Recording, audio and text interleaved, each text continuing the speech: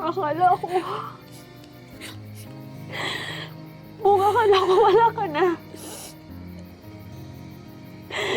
Akala ko tinalikuran na ako ng Diyos nung nawala ka sa akin. Kung saan ako naghanap ng pag-asa. Nandito ka lang pala.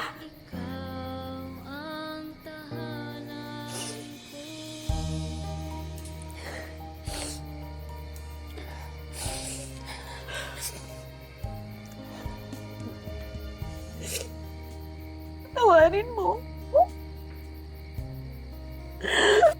Sorry. Patawarin mo ko. Patawarin mo ko.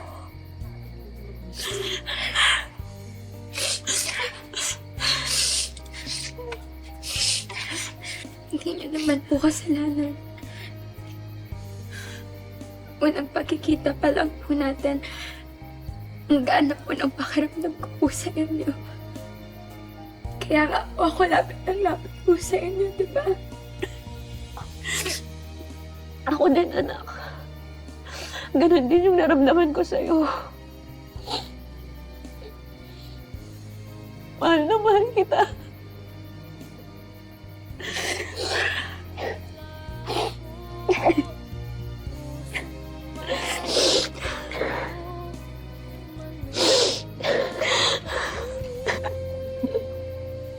Sa puntong iyon, alam kong nasasaktan ang anak ko. Pero higit sa lahat, kailangan niya ng ina sa mga oras na yun.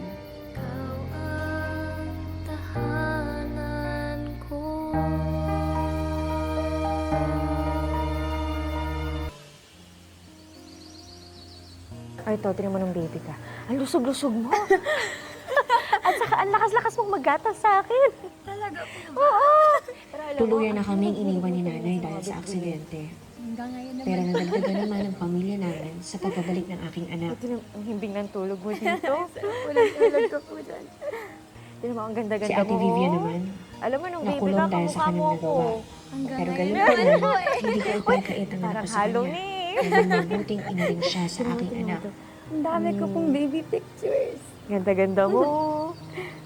Saka napakabait tong bata. Lagi ka lang nakangiti. Tapos, onting laro-laro ko lang sa'yo. Tuwang-tuwa ka. At ako, marami pa akong babawiing mga oras kasama ang aking hope. Unti-unti na rin bumabalik ang pag-asa sa aming pamilya. Basta't masaya ako.